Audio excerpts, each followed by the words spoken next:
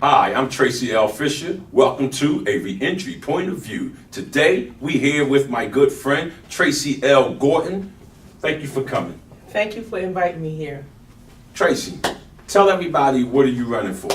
I am currently running for the Democratic nomination for Register of Wills here in Philadelphia, Pennsylvania. Wow. Well, what's that, like register will? Most people don't even know what that is. What is that? Hardly anyone knows what the Register of Wills does. It's one of the most important offices in the city of Philadelphia. One thing we do at the Register of Wills is we probate wills. In other words, whenever somebody passes away and they leave a will, if they leave a will, and then you will come to our office to make sure that we will transfer all the wealth over to you. Another thing they do is we issue marriage certificates. And lastly, what the Register of Wills is responsible for is the overseeing of the orphans court. And what they do is make sure that they oversee the guardianship. If somebody dies, or not dies, if somebody gets incapacitated and they can't take over their wills and make decisions over their estate, then the orphans courts will assign a guardian over this particular person or children and make sure that their estate is protected. So that's mostly what the Register of Wills does. Wow, I didn't even know all that. I just went down there and my wife and I just got our marriage certificate. Mm-hmm. But I'm glad to know that because I know my viewers, most of them probably didn't know that. They like me, right? That's why they like my show. So one of the things I like to ask you about is this. Well, the person that had that position before, how long have they had that position? Okay, so currently the current Register of Wills has been in office since 1979. That's 40 years.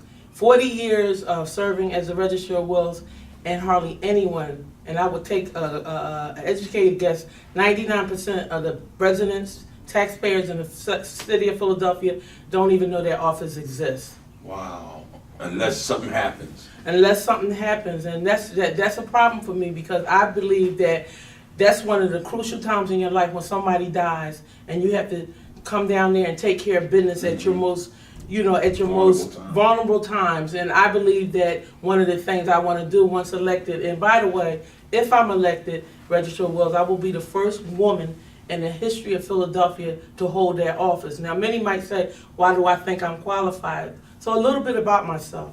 I'm born and raised in Philadelphia, and the majority of my adult life I've been in Southwest Philadelphia as an activist, strategist, and community organizer.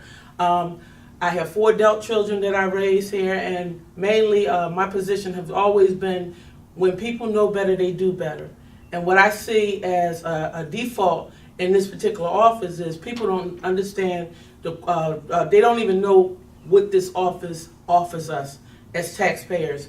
And as an activist, I've done everything, was cleanups, organizing massive cleanups. I'm fighting a lot of environmental issues here in Southwest Philadelphia. I'm an advocate of home ownership.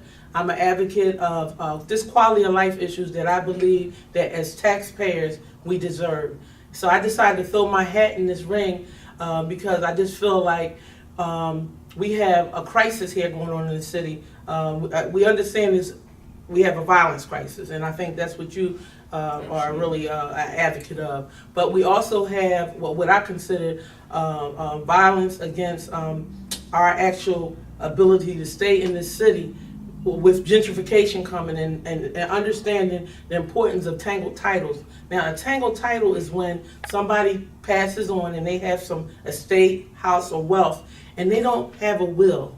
And that's one of the problems that we face in this city, that many people are dying without a will. So we have a whole bunch of people, and to the tune of 22,000 households or houses that are in tangled titles, which is a problem because when you have tangled titles, that means the house is not in your name. That means you can't conduct business. You can't get an equity loan out on your house. You can't get basic system repairs.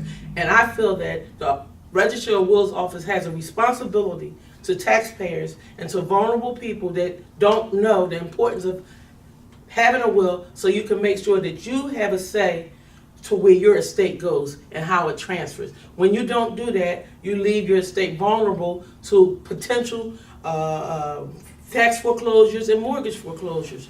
And so that's one of the issues that I see that I can solve that problem. And that's one of my platform issues is one, to make sure we go to the legislature and see if we can consider waiving the probate fee, which is close to $500, waiving that probate fee so people can transfer those properties in their name or put them on a payment plan. Second thing that I want to do is to make sure that we go out into the communities, we go to the churches, we go to the schools, we go to organizations like you, to make sure people are educated to understand the importance of the will. So before they even get to the Office of Registrar of Wills, they already know how to take care of their business.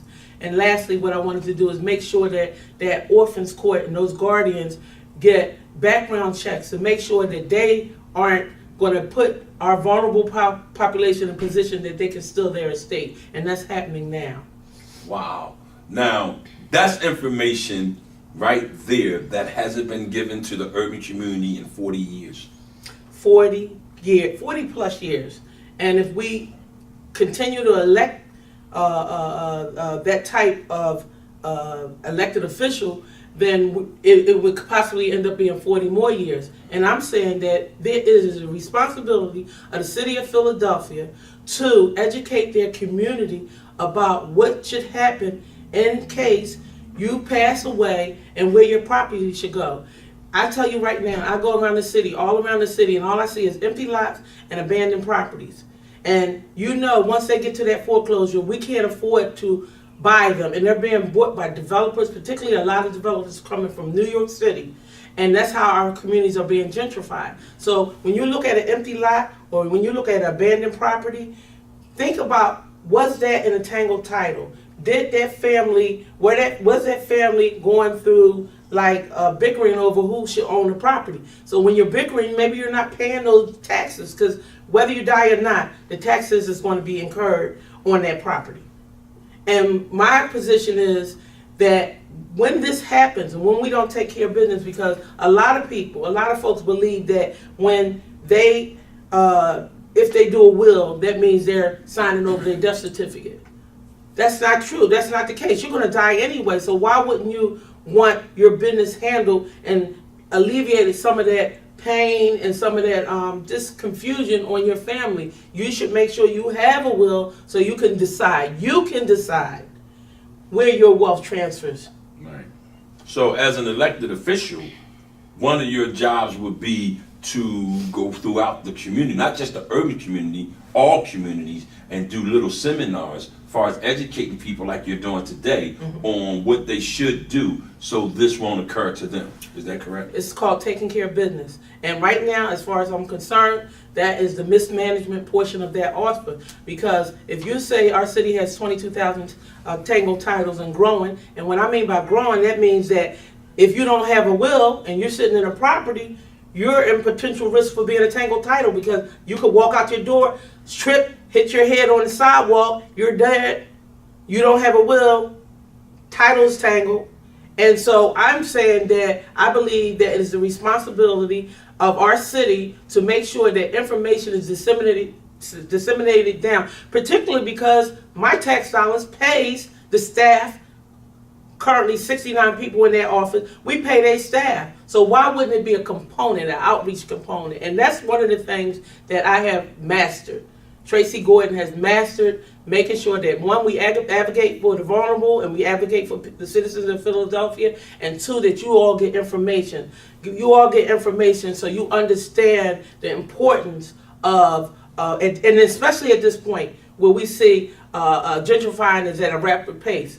Mostly all black people have is their home. When we migrated from down south, from the Jim Crow laws, we were fleeing down south because of the abuses that were going on. And when our grandparents and great-grandparents came down here, the one thing they always said, and you could attest to this, Tracey, is we have to own our home.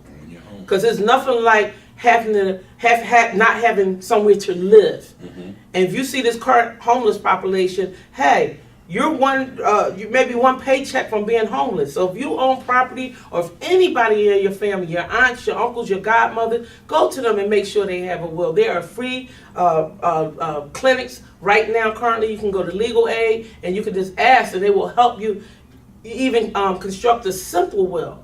But at this point, what I want everybody to do is push button number 47 on election day, May 21st, and make sure Tracey Gordon gets in office, because I will promise you, I will make sure that everybody, and not just adult, and not just people that don't own property. You could own jewelry. You could own your photographs. That's your property. You should be able to have a say when you make a will to determine who is the best person in my family that is going to preserve what I earned. So I didn't even know that was even an elective office, one. Two, when I went in there in 2012 with my wife and I to get our marriage license, right, I didn't see any diversity in there. Right. I really didn't. Yeah. So what are your views on that? So yeah, most people, when I was circulating my petition, it took me an extra amount of time to get the signature from them, because the first thing they said is, what is the Register of Wills? And they didn't realize that every 4 years, when the mayor runs, when city commissioner runs, when sheriff runs, when the city council runs, the Register of Will also runs. And people didn't even know that. And they didn't even know, 99% didn't even know what role that office took. Some people did know, because unfortunately somebody died in their family and it was a tangled title, or if they had a will, they had to go down there to make sure it was probated.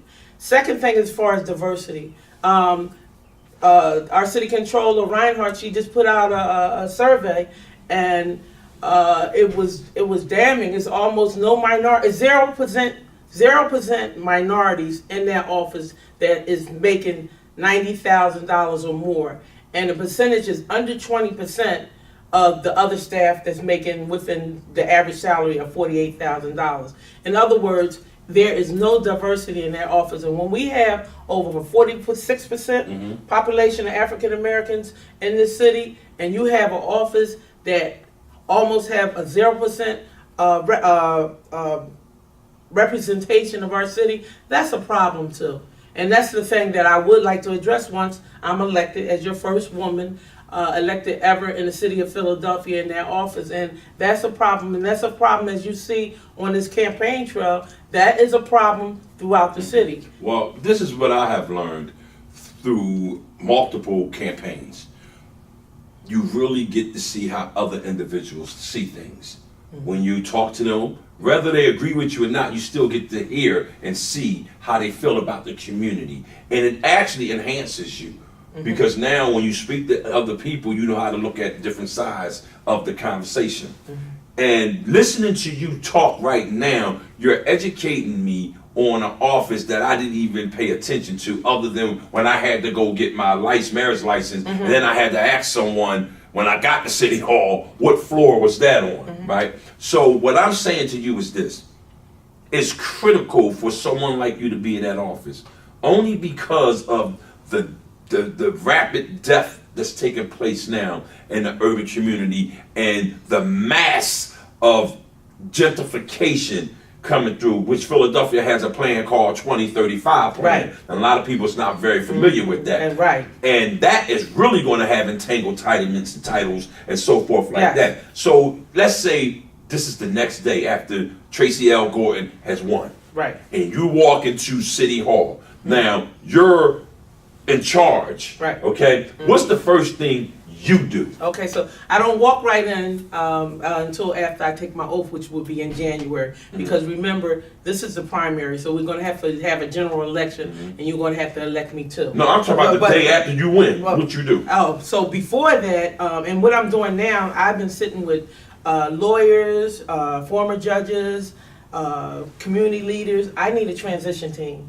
I need a powerful transition team, people that know more than I do about this office. It's called a team, and that's what I'm doing now. I'm being groomed by some fantastic lawyers and some judges and people that have dealt with that office and dealt with the management of offices. So that's the number one thing that I'm going to do, is to make sure that I am protected. The second thing that I'm going to do is I'm going to request an audit, because I don't want to go inside the office that I don't want to take the responsibility of some mess that may possibly be in their office. Just recently, you see in the news that one of the employees embezzled $150,000 from the marriage department, and that, to me, that was a problem, because they were still taking cash. And so I want to make sure, I want to modernize that office. And so I'm going to have to bring people that are skilled in technology. Right. I'm going to have to bring people that are skilled in understanding how the orphan courts run. And so I'm right now preparing myself for that. What I do know that I'm prepared to do is to lead. And I've been doing that, and I have a track history of being able to lead. What I do know is that I know I can be fair. I have a track record of being fair. And what I do know is I want to be transparent. This office has been what I can consider a secret society on our dime. And that must stop in order for Philadelphia to grow. And by the way, you mentioned Philadelphia 2035. I would tell everybody that is in the listening audience to Google that. It's what Philadelphia2035.org. That's a 40-year plan. Absolutely. And we need to make sure that we are in that 40-year plan. And you're not going to be in that 40-year plan if you don't own property in the city of Philadelphia. In order for you to own property in Philadelphia, you need to own the title of that property in Philadelphia. We do no longer have a waiting list for basic system repairs. And basic system repairs is grant money that the city has available today, where you can get cement done, electrical work done, roofing done. You can't get it if the house is not in your name. Yes, it's in grandma's name. Yes, it's in great-grandma's name. But you cannot apply for any of those grants because it's not in your name. You may need they have low interest rate to 5%, 3% to 5% interest rate, where you can get your bathroom remodel or your kitchen remodel. You cannot do that if the house is not in your name. We need to do better. The city of Philadelphia has a responsibility. If they're taking our taxes, they have a responsibility in the Office of Registry of Wills to prepare people for someone's transition. So I can, when you come to me, all I do is give you the property that your parents and your great-grandparents left to you and your family. Wow. I was around a very powerful political individual, and they were just teaching me a lot of stuff and the knickknacks of the political game. Stuff I didn't know, because when you don't know, you don't know. Right. When you first start school, you don't know ABCs. He doesn't talk to you. And he said something to me about how you can tell what type of leader a person would be when they take office. During the campaign, he said, always listen to, if they don't say this part here, don't vote for them. And this is what you said. You said you would get an audit done, right? And politics is called a zero-based budget, right? And he said if that individual don't talk about a zero-based budget, he said because no one with intelligence will walk into an office, right, and allow it to still function the way it's been functioning, right, without knowing the undercurrents on what's actually been taking place in that office. And I'm sitting here saying to myself, come on, let me hear it. Let me hear it. And for when you said it, I said, wow. You understand what I'm saying? Because you don't walk into no office and it's funk. You don't know what's going on. No, you don't. You don't. That's business, and that we don't need business as usual. And it's a reason why that office is sitting. Why is that office so hidden to the public at a crisis? We're in a crisis. When you had 22,000 tango titles, to me, that's a crisis, especially with the environment, the hostile environment we're in with this gentrification. And I believe you can directly link gentrification, because here's the link. If you lose your house based on taxes or mortgage for whatever reason, when it goes down to that sheriff's office, when it goes to the sheriff's office, who do you think has the money to purchase the buildings and or the land? Working class people don't have that money. That's developers. And a lot of development is going on. It's coming from New York. They call Philadelphia the sixth borough. It's 5 boroughs in New York. They consider Philadelphia the sixth borough because it's cheaper.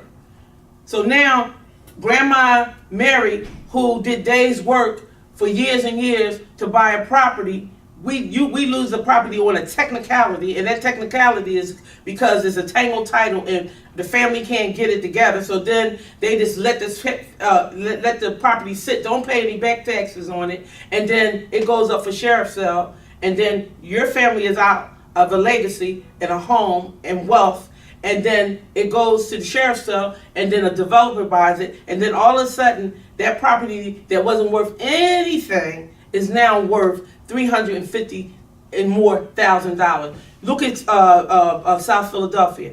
You couldn't give those houses away 10 years ago, 20 years ago. You couldn't give those houses away. And now you have houses that are going for $500,000 a row house. I get people coming to me every day, and when I was on my when I was getting my petitions, it took me, I would have had more petition signatures, but I had to sit there and listen to stories of people telling them how they lost their home, or how the titles are tangled, or how they're living in a house, and they're saying stuff like, well, I don't want to pay the taxes.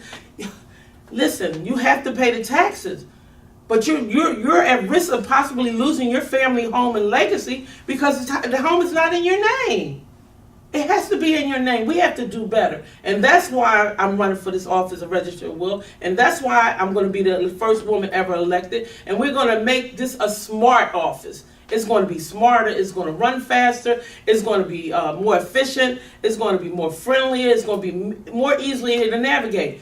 Why do you wait till somebody dies for them to come down and understand our office? We should be, this is called Financial Literacy 101. The importance of getting a will. That's Financial Literacy 101. It's not that you should know it or I should know it.